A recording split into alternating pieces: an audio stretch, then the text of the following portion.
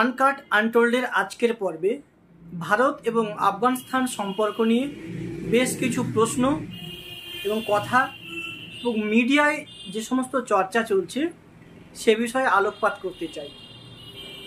আপনারা জানেন, বিদ্রোহী কবি কাজী নজরুল ইসলাম বলেছিলেন, কালের চক্র ঘুরিতেছে অবিরত, আজ যারা কালের শীর্ষে কাল তারা পদানত।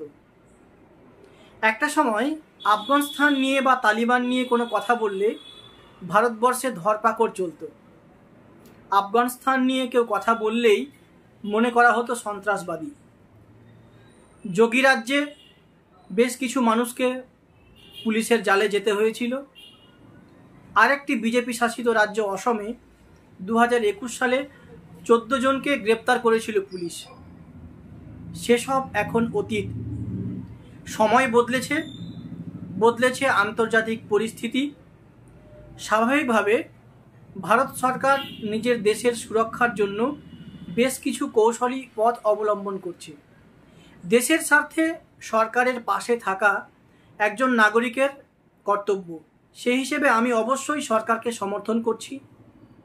আপনারা জানেন, ভারতে এসেছেন আফগানিস্তানের তালিবান সরকারের বিদেশমন্ত্রী মৌলভী আমির খান মুত্তাকি। জানা গিয়েছে তিনি এক সাংবাদিক সম্মেলনে কোনো মহিলা সাংবাদিককে প্রবেশ করতে দেননি। অন্তত ভারতীয় মিডিয়ায় এ খবর প্রচারিত হচ্ছে। বিভিন্ন সংবাদ মাধ্যম, তা হতে পারে টেলিভিশন, তা হতে পারে সংবাদপত্র, প্রিন্ট, ইলেকট্রনিক্স, সব ধরনের মিডিয়ায় এ ধরনের খবর প্রকাশিত হচ্ছে।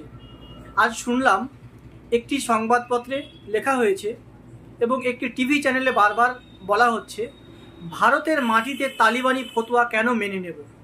বেশ, যদি তাই হয়, সেই সাংবাদিকদের উদ্দেশ্যে আমি বলতে চাই, 1961 সালে Vienna convention on diplomatic relation বলে একটি বিশেষ চুক্তি হয়েছিল।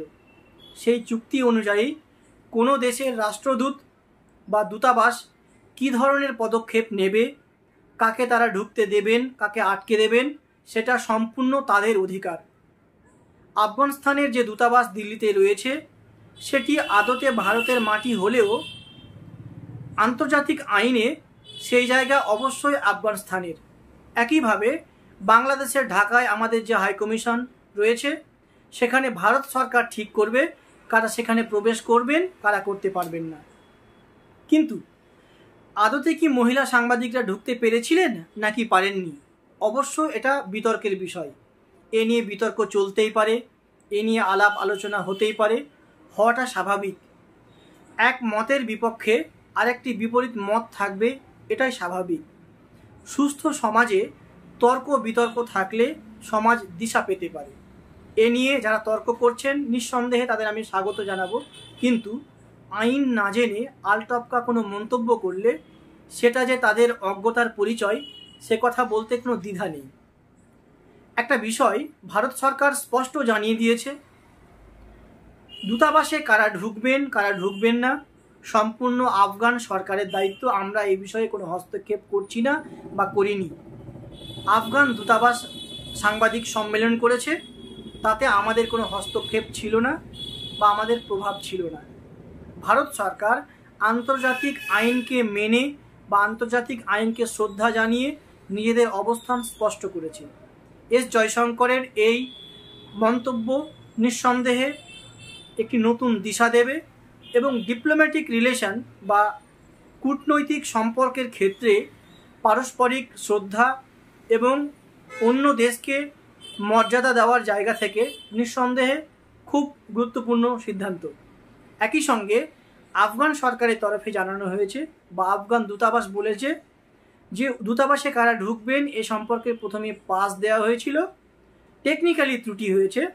আমরা কোনো বৈষম্যমূলক আচরণ করিনি, অর্থাৎ নারী পুরুষ এই ভেদে কাউকে আটকেছি এমনটা নয়। তারা সত্য বলছে নাকি মিথ্যা বলছে এ বিতর্ক চলতেই পারে, কিন্তু এটুকু বলতে পারি, ভারতের মাটিতে আফগানের ফতোয়া বা তালিবানের ফতোয়া কেন চলবে বলে যারা মন্তব্য করছেন তারা নিয়ম জানেন না, তারা বোঝেন না, এটুকু বলতে কোনো দ্বিধা নেই। আরেকটি বিষয়, তালিবান সরকার সন্ত্রাসবাদীদের পক্ষে, তালিবান সরকার নারীদের কোনো সম্মান করে না, হ্যাঁ কি না, সত্য কি মিথ্যা, সে সম্পর্কে আরেকটি পর্বে আলোচনা হতে পারে। কিন্তু ভারতবর্ষের বর্তমান যা পরিস্থিতি, আমাদের প্রতিবেশী রাষ্ট্রগুলোর সঙ্গে যা সম্পর্ক, সেই জায়গা দাঁড়িয়ে আফগানিস্তানের সঙ্গে ভারতের এই সম্পর্ক বা এই কূটনৈতিক যে নতুন রিলেশন তৈরি হচ্ছে, তা আগামী দিনে এই আঞ্চলিক রাজনীতিতে একটা নতুন দিশা দেখাতে পারে। প্রতিবেশী রাষ্ট্রগুলোর কাছে একটি বিশেষ বার্তা যেতে পারে। সঙ্গে সঙ্গে যে আমেরিকা দীর্ঘদিন ধরে আফগানদের প্রধানত করার চেষ্টা করেছিল, এক সময় তারা সেখান থেকে হাত পা গুটিয়ে পালাতে বাধ্য হয়েছে, তারাও এখান থেকে শিক্ষা নিতে পারে বলে আমার মনে হয়।